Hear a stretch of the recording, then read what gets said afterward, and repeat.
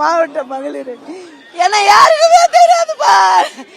என் captain, என் அண்ணன், என் உயிர், அவரால் தம்பா இன்னைக்கு எல்லாருக்கும் என்ன தெரியும். அவரால் தம்பா இன்னைக்கு எங்களெல்லாம் தெரியும். என் தலைவனை விட்டு நாங்க எப்படி இருக்க போறோம்னு தெரியலப்பா. அந்த தெய்வமே இல்லப்பா. நான் எவ்வளவு சர்ச்சில ஜபம் வச்சேன்பா, அந்த சர்ச்சுக்கு இது நாள் முன்ன நான் போகவே மாட்டேப்பா. எனக்கு அந்த கடவுளே வேணும்ப்பா. எனக்கு அந்த கடவுளே வேணும். யாருக்கு என்ன செய்யலையப்பா, யாருக்கு என்ன செய்யல, எல்லா மக்களுக்கும் செஞ்சாரே. எங்களை கூட இன்னைக்கு கூட பிறந்த மாதிரி பார்த்தாரப்பா. எனக்கு எவ்வளவு ஹெல்ப் பண்ணிக்கிறேன். என்னைக்குமே நான் மறக்க மாட்டேன். என்னைக்குமே நான் தோணல. எங்க அம்மா கூட அங்கதானே ஒர்க் பண்றாங்க. நல்ல மனுஷனா, ரொம்ப நன்றிண்ணா. தேமுதிக தொண்டு தானே, எங்க தானே பக்கத்து சாலிகிராம் விரும்பாது வந்து வரேண்ணா. நான் எங்க அம்மா இங்க இருந்தாலும் வேலை செஞ்சதுல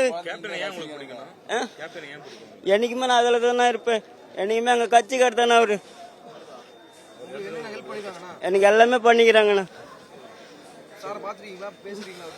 நான் எல்லாமே நாங்களே அங்கதானே இருக்கிறோம்.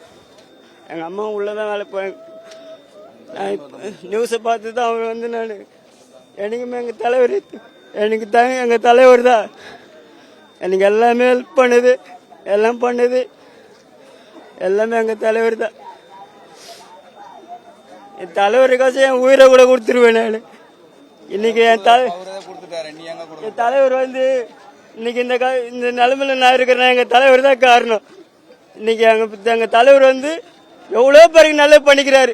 ஆனா அவங்க வந்து அதை தப்பா பயன்படுத்தி எல்லாருக்கும் அது பண்றாங்க. எனக்குமே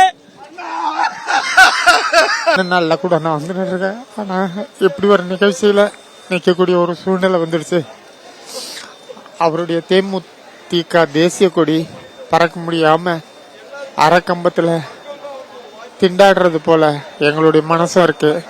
ஆனா இந்த நாள்ல நாங்க அவருக்கு அருகில் இருக்கிறது ஒண்ணுதான் எங்களுக்கு மன அமைதியை தருது.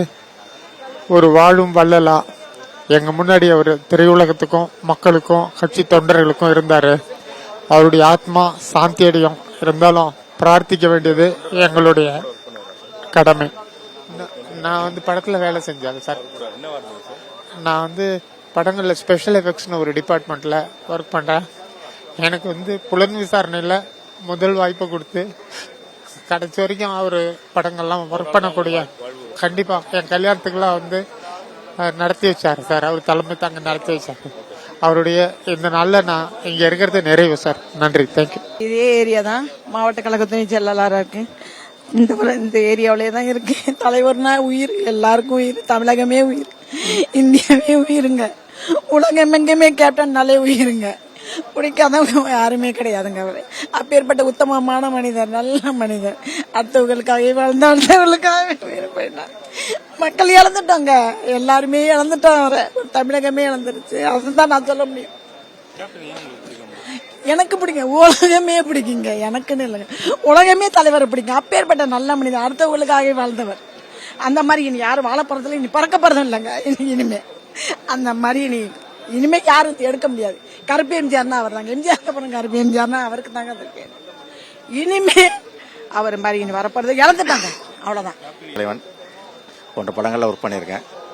ஒரு அற்புதமான கலைஞன். அதாவது வந்தவங்கள முதல்ல நீ சாப்பிட்டியா, எப்படி இருக்கேன்னு பேர் எல்லாரையும் பேர் சொல்லி கூப்பிடுவாரு. காசி எப்படி இருக்க அப்படின்னு கூப்பிடுவாரு. என்னுடைய குருநாதர் NK விஸ்வநாதன் அவங்கெல்லாம் வந்து இணைப்பிரியா நண்பர்கள். அவருடைய இழப்பு எங்கள் வீட்டில் வந்து எங்கள் அண்ணன் அந்த மாதிரி இறந்த மாதிரி ஒரு ரொம்ப ஃபீலை உண்டாக்குது. ரொம்ப அற்புதமாக ஒரு குற்றம் குறம் எதுவுமே சொல்ல முடியாத ஒரு கலைஞன் எங்கள் அண்ணன். வந்து அப்படி ஒரு உயர்ந்த மனிதனை நீ பார்க்கறது வந்து ஒரு கஷ்டமான சூழ்நிலை. கூட ஒர்க் பண்ணுற கலைஞர்களை ஏன் சரி எல்லாரையும் பேர் சொல்லி ரொம்ப அன்பா அப்படியே எல்லாரையும் ஒன்றா உட்காந்து எல்லாருக்கும் ஒரே சாப்பாடுன்ற முறையை எங்கள் அண்ணனே முதல்ல சினிமாவுக்கே அறிமுகப்படுத்தினார். அப்படி ஒரு கலைஞன். அவருடைய இழப்பை எல்லா தொண்டர்கள்லாம் பார்த்து இது பண்ணும்போது அவங்க வீட்டில் ஒருத்தர் இறந்துட்டாங்கன்ற மாதிரி அந்த மாதிரி ஒரு ஃபீல் ரொம்ப மனசு கஷ்டமா இருக்கு. இந்த திடீர் வழக்கமாக எங்கள் அண்ணன் குணமாகி வீட்டுக்கு வந்துடுவார் அப்படின்ற மாதிரி இருந்தான். இந்த திடீர் இழப்பு வந்து மனசை ரொம்ப பாதிக்கபடி இருக்கு. அவருக்கு ஒரு குடும்பத்தாருக்கு என்னுடைய ஆழ்ந்த அனுதாபங்கள். செய்திகளை உடனுக்குடனும் துல்லியமாகவும் தெரிந்து கொள்ள சப்ஸ்கிரைப் பண்ணுங்க.